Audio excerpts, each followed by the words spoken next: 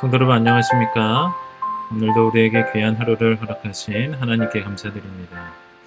이 새벽 시간에 하나님의 말씀을 나누고 기도하기 위해 모인 모든 성도님들을 진심으로 환영합니다. 오늘은 참람된 기도라는 주제로 하나님의 말씀의 은혜를 나누고자 합니다.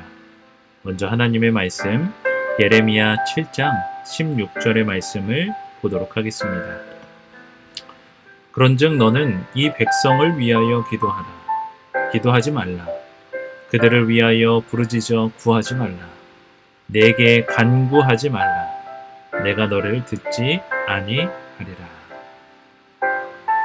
예레미야는 기도의 사람이었으며 자기 백성을 위해 열렬히 간구하는 사람이었습니다. 그런데 하나님은 그러한 예레미야에게 백성을 위하여 기도하지 말라고 하십니다. 그 이유가 무엇일까요?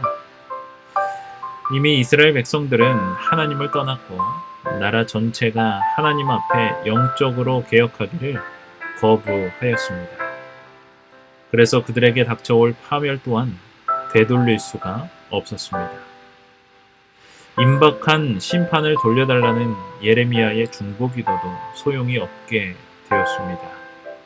그래서 하나님은 예레미야에게 이와 같이 말씀하셨던 것입니다. 참남이라는 의미가 무엇일까요?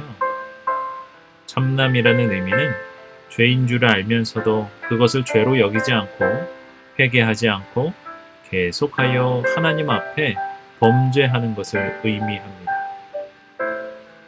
그 범죄하는 그 속에서 신앙의 모습은 가지고 있는 그러한 모습들, 그것을 바로 참남이라는 의미로 우리들이 이해를 하게 됩니다. 예레미야의 기도가 참남된 기도는 아니지만 이미 참남된 삶을 살아가고 있는 백성들에게 더 이상 중보기도가 필요치 않았습니다. 우리의 삶에서 참남된 채로 기도하는 일들이 참으로 빈번합니다. 오늘의 말씀을 통하여 참남된 기도를 어떻게 피할 수 있는지 살펴보는 시간을 갖도록 하겠습니다. 첫 번째로 선지자는 참남의 의미를 이와 같이 말합니다. 사람은 하나님을 순종할 의미가 없다고 주장하는 그러한 신앙은 신앙이 아니고 참남이다. 입으로는 하나님을 섬기노라 하면서 삶의 모습 속에 하나님을 순종하는 모습이 없는 것은 신앙생활이라 말할 수가 없습니다. 선지자는 이를 두고 참남이라고 말합니다.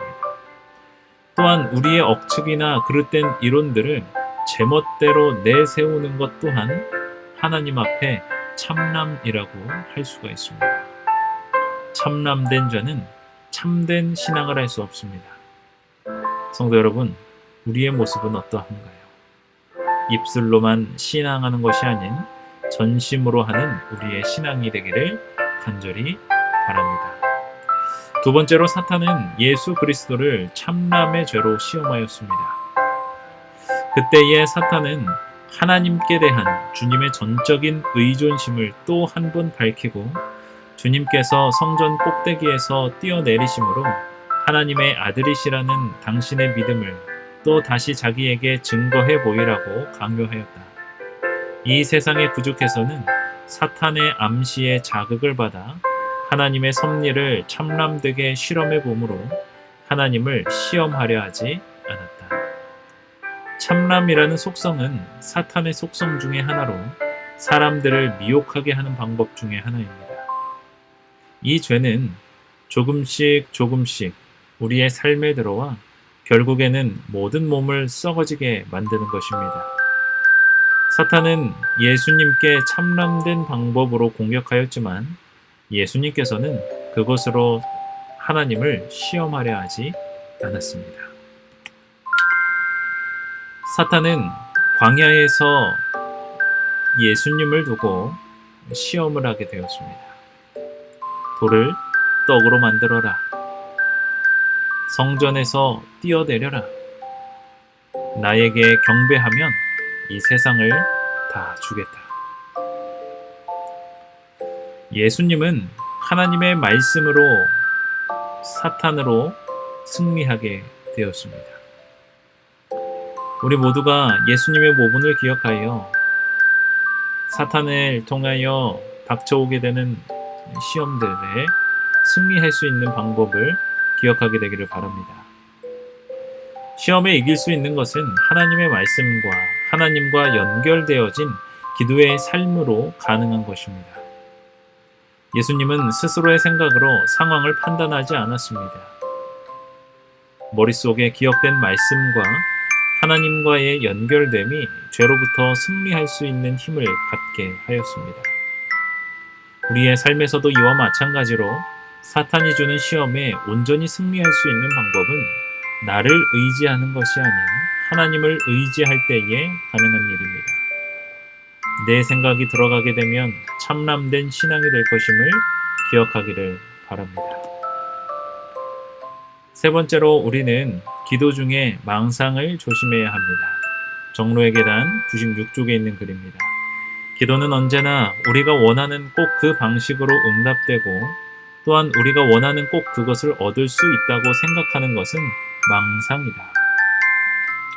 참람이라는 단어에 대하여 설명을 드렸듯이 자신의 생각대로 하나님의 뜻을 구하는 것은 하나님 앞에 참람된 모습입니다. 우리가 꼭 기억해야 할 것은 하나님의 뜻을 바라보고 그 뜻이 우리의 삶에 이루어질 수 있도록 기도하는 것이 필요합니다.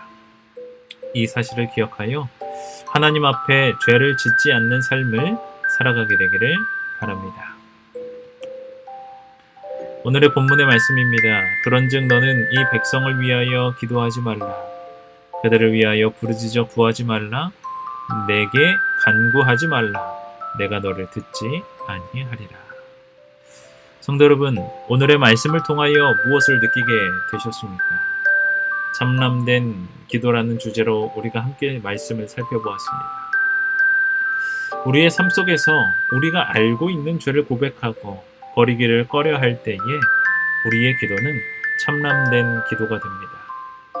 주님은 예레미야에게 이스라엘 사람들을 위해 기도하는 것을 멈추라고 하셨습니다. 거의 나라 전체가 하나님의 십계명을 잊어버렸고 그들은 이교국들의 타락하고 가증스러운 모든 죄를 범했기 때문이었습니다. 이와 같이 죄는 우리들의 눈을 멀게 합니다.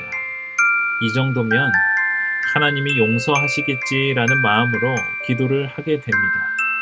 우리는 그럴 때에 하나님 앞에 참람된 기도를 하게 되는 것입니다. 성도 여러분, 오늘의 말씀을 기억하고 하나님 앞에 진실되고 신실한 신앙인으로 살아가는 결심이 있게 되기를 간절히 소망합니다. 그리고 오늘의 기도를 통하여 하나님의 뜻을 구하고 하나님의 뜻대로 살아가는 우리 모두의 삶이 되기를 간절히 바랍니다. 기도하겠습니다. 하늘에 계신 하나님 아버지, 우리가 진실되고 신실한 마음으로 하나님 앞에 나아가기를 간절히 소망합니다. 이러한 우리의 기도를 들어주시고 우리가 그러한 기도의 삶을 살아갈 수 있도록 축복하여 주시옵소서. 예수님의 이름으로 기도드립니다. 아멘. 오늘 이 5가지의 기도 제목을 함께 기도하겠습니다. 특별히 오늘의 말씀의 주제와 이어지는 것처럼 우리의 삶에 기도의 삶이 참된 기도의 삶이 되기를 간절히 소망합니다. 오늘도 하나님 앞에 기도하며 행복한 하루가 되기를 간절히 바랍니다. 기도하겠습니다.